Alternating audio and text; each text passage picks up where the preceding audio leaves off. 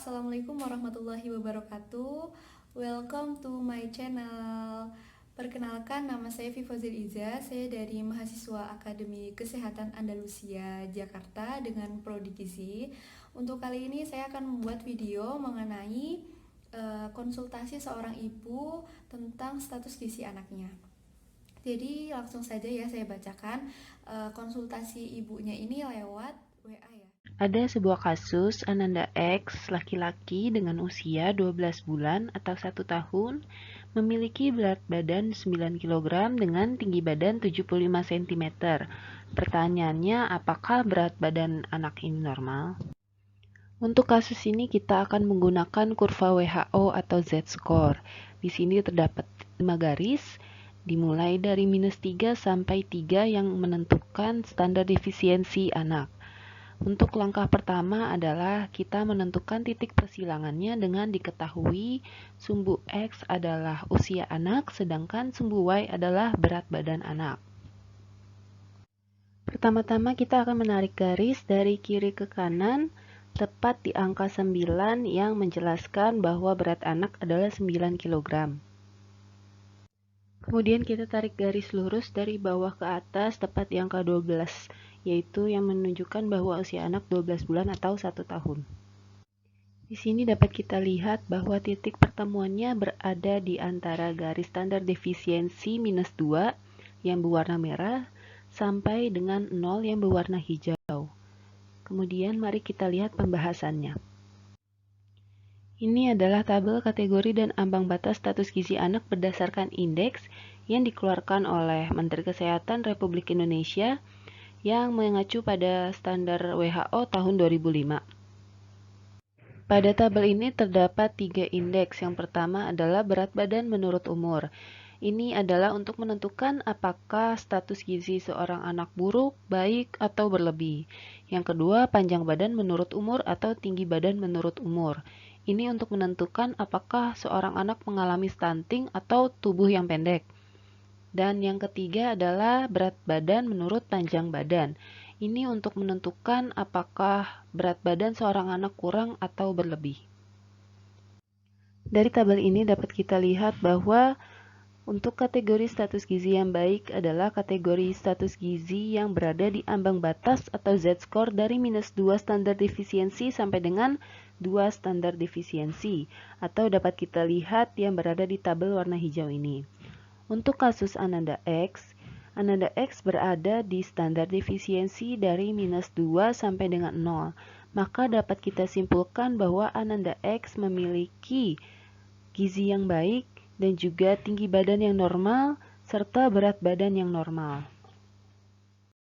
Nah, untuk informasi yang kedua dari ibu itu, di sini ibu memberitahu kepada saya bahwa anaknya ini termasuk anak yang sulit makan. Nah, gimana sih Mbak caranya biar anak itu gak susah makan kayak gitu? Dan saya tanyakan, sebelumnya anaknya suka makan apa Bu gitu, dan anaknya itu ternyata suka minum susu formula, suka banget minum susu formula. Dan yang kedua, dia suka cuma goreng-gorengan yang kriuk-kriuk. Nah, yang harus kita lakukan pertama adalah kita cari tahu penyebabnya itu apa. Contoh sederhana itu, kita buka mulutnya. Takutnya terjadi sariawan. Ketika ada sariawan tentunya ada ciri-cirinya seperti ada bintik-bintik putih. Nah, ketika kita tahu bahwasanya anak kita terkena sariawan, kita bisa membantu membersihkannya agar normal seperti biasa. Nah, kemudian kita juga harus cari tahu jangan-jangan dia sakit flu ataupun sakit diare, cacingan ataupun yang lainnya yang mengganggu metabolismenya. Selanjutnya anak juga bosan ya Bu, punya rasa bosan. Seperti halnya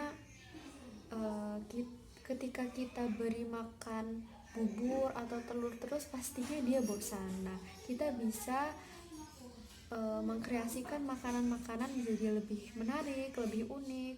Nah, selanjutnya kebanyakan ibu-ibu itu takut anaknya itu gizinya nggak baik, gizinya nggak cukup gitu. Akhirnya belum waktunya dikasih makan yang berat-berat, porsi dewasa, jenis makan makanan dewasa itu dikasih aja. Nah, itu merupakan frekuensi yang sangat cepat dan mengganggu metabolisme anak.